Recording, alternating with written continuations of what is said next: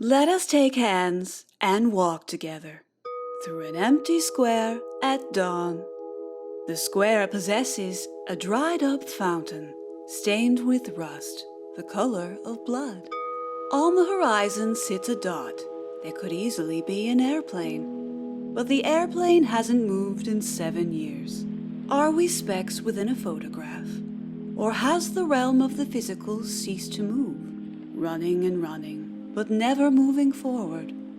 Someday, friend, you'll know. Until then, discover the delight of drawing with Dolores.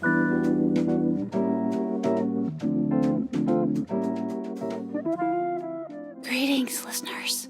Today, we're going to go back in time, back to the time of princesses and dragons, and we're going to draw a castle. Okay?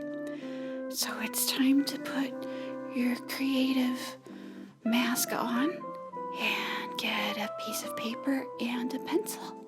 All right, let's get started. So you're going to take your pencil and your paper, and first we're going to draw a tall rectangle. Make it wide. It's going to take up most of the length of your paper. Okay, nice and tall. Okay, now that you've done that, you've drawn the basic structure of our tower, and now our tower needs a foundation. So on the bottom of your rectangle, you're going to draw another rectangle. This one will be horizontal, and it'll be connected to the bottom of the rectangle. And it's just going to be a short rectangle. This is going to be our foundation. Okay, now we're going to do the same thing at the very top. And this will be our battlements. Okay, we've got to have a place for our guards to shoot arrows down at invaders. Just to get them right in the heart. Okay, that's nice. Next, you're going to go down and, about 2/3 of the way down your tower, draw a horizontal line all the way across from edge to edge. In the middle of the space below that, in the very center, you're going to draw a nice big circle.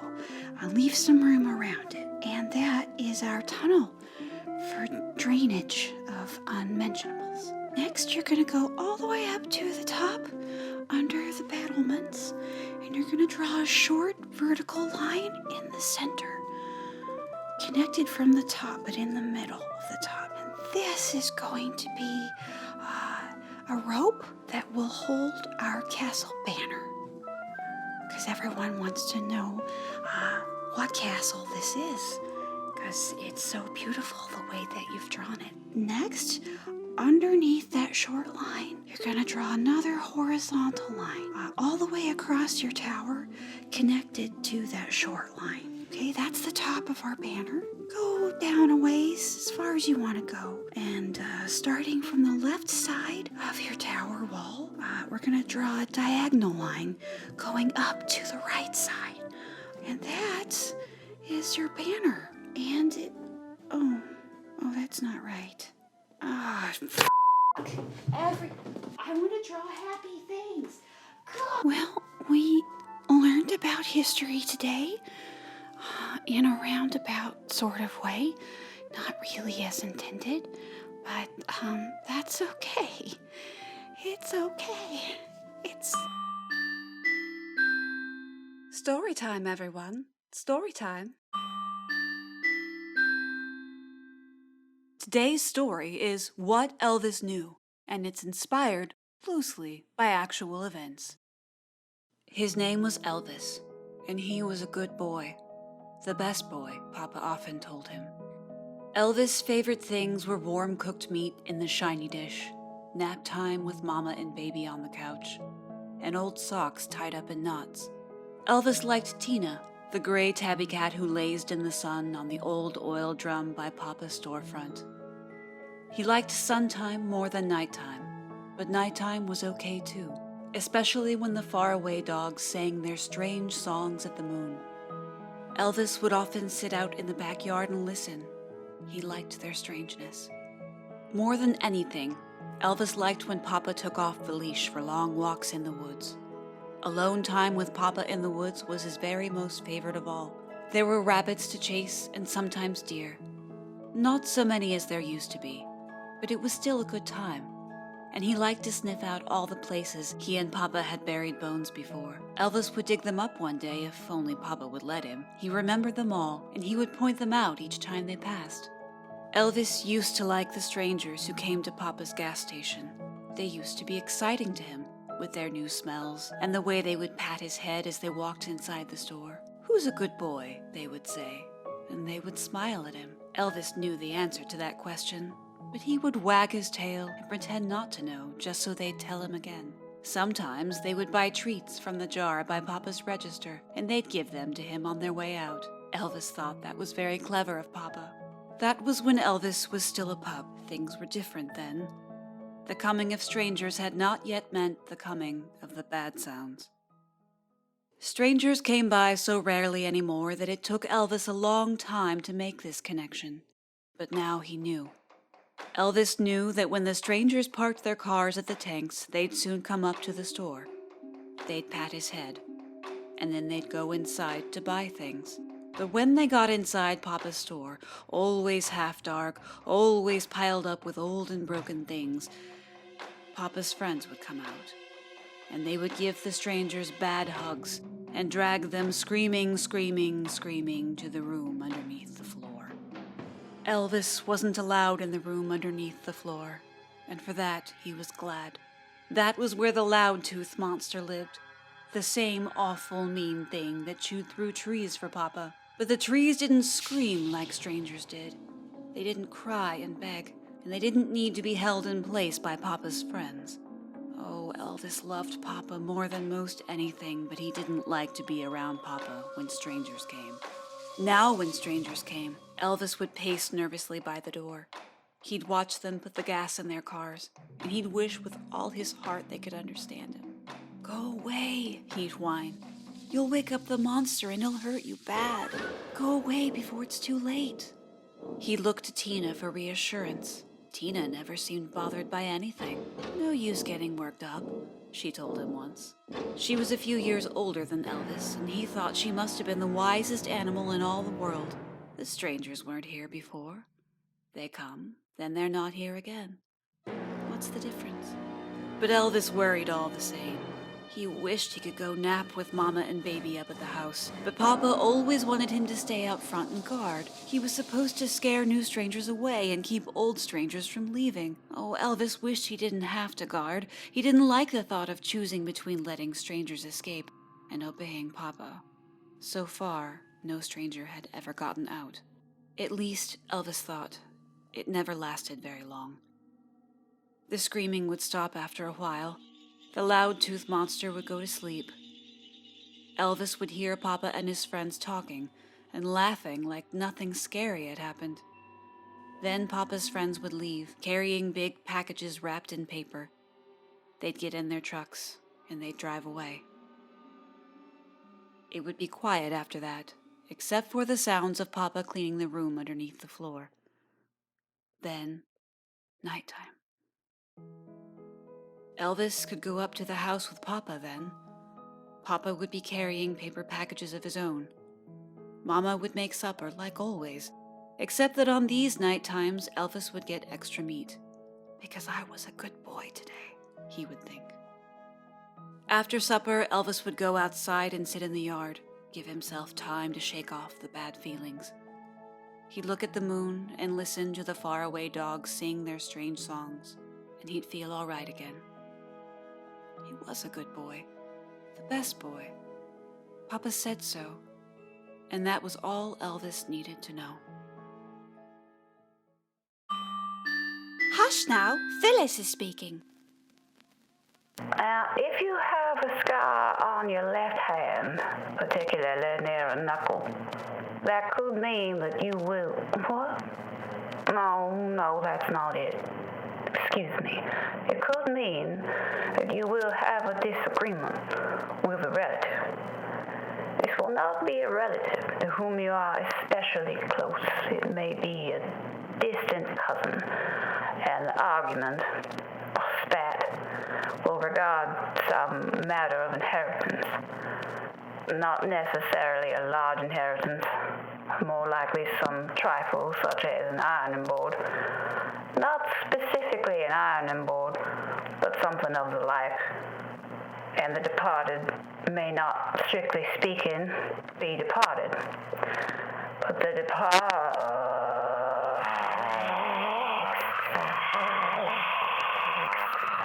You promised you would love only me for all of your days, Alex.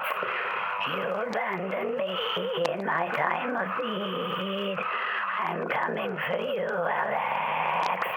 It's too late to love me now, but when the clock strikes 3. Now, if your scar is on your right hand, particularly near the thumb joint, this does not portend anything of importance, except that perhaps you should exercise more caution when cooking over an open flame. Thank you, Phyllis. All right, everyone. It's all right. Let's listen in on our inside voices. I hate you all. I really do. I don't want you to have a beautiful day. I hope one of you cries or throws up or both. I hope you feel fat today or shapeless, whichever would upset you more. I hope you experience regret today. I hope you think back on that sensation of regret and ask yourself why you didn't listen. But it's not like you have introspective thoughts, is it? People like you. I hope a strong wind blows and wrecks everything. It doesn't matter anyway, but you think it does. And I hate you for that. I hate myself for contributing. Why am I so good at this? This is my curse. I'm doomed. You know what I'd rather be doing? Anything but this. Directing funerals. For pets. Cleaning skyscraper windows without a safety harness. Teaching your children. Maybe I should teach your children. I'll show them what's important. I'll do my part to bring them up right and eventually turn them into my little army, and we'll take over the world. We'll start with the banks that funded all this. Oh, you didn't need a loan, did you? You had Daddy to pay for this. Of course you did. How medieval of you. We'll build special dungeons just for you people, me and my army of your children, as we conquer the globe and do away with the world's Pinterest elite. I think I'm really gonna do this. It'll take years, but the payoff will be worth it. The look of horror and slow recognition on your overmade face as I come marching toward your faux Mediterranean palazzo in Scottsdale with your future prep school dropout and her compatriots. In the meantime, here you come, in your glitter-bedazzled sweatshirt that brands you a future wifey. You're all smiles and dreams of pastels and fairy lights. Your worst moments are as good as it gets for people like me. Hi, Stephanie! I'm so happy to see you!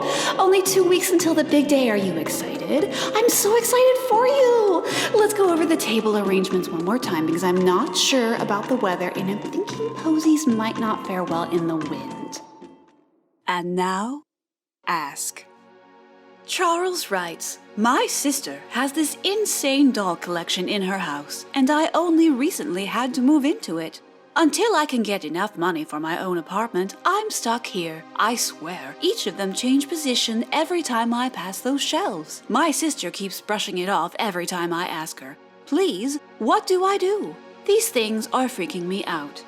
Dearest Charles, I'm here for you, and I want to assure you that you're probably fine. Your sister's collection is certainly unsettling, but it's ultimately harmless, and your observation that these dolls appear to be moving on their own is likely only your imagination. Unless it happens again. How many times has it happened, Charles? If more than once, run. Run, Charles. Get out while you still can. It's too late for your sister. Her body has been possessed by one of those dolls, and there's no coming back for her. But it's not too late for you. Charles, you can escape. My God, don't spend another moment in that house, or you too will be possessed, and your spirit will be trapped in one of them forever as you watch the world through their glassy eyes, unable to call out for help. But you can't just leave them there to possess more victims who enter that house. You have to destroy them.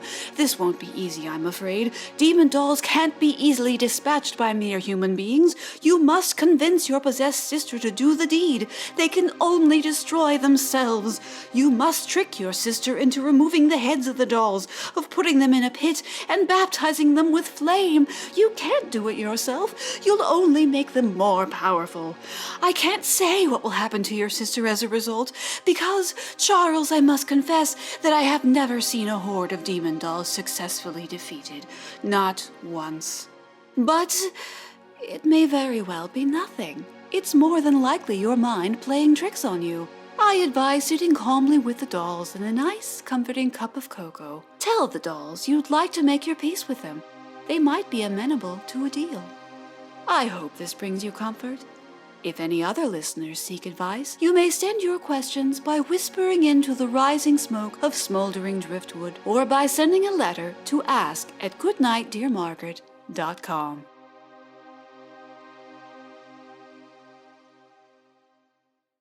Tell me a story about nightmares. Do you have them often? Do you remember them when you wake? What happened in the last dream that left you sobbing into your pillow, unsure the nightmare had really ended? Was it about a long-lost pet? Was it about a terrible crime you didn't remember committing? Did you know you were dreaming when faceless figures threatened a death you would have welcomed to find relief from your own fear of it? Did you beg to be released, only to be denied freedom by your own subconscious? Were you screaming dry air when you woke? Tell me that story. Tell me that story now. And now it's time to go back. Before we reach the end of the square, I'm sorry that I have to leave you, friend, but thank you for coming along. Good night, dear Margaret. May angels bring you dreams. And when comes the sun, dear Margaret, we hope they'll allow you to wake. 1, 18, 7, 1, 18, 5, 20, 3, 1, 14, 20, 7, 5, 20, 15, 21, 20, 15, 6, 20, 8, 5, 23, 1, 12, 19. Goodnight, Dear Margaret is written, produced, and narrated by me, Katy Towell. New episodes are posted monthly with a bonus episode for Patreon patrons. Special thanks go out to Chaz Simmons and Colin Hamilton for your support. To learn more, including how to subscribe and support the podcast, visit goodnightdearmargaret.com.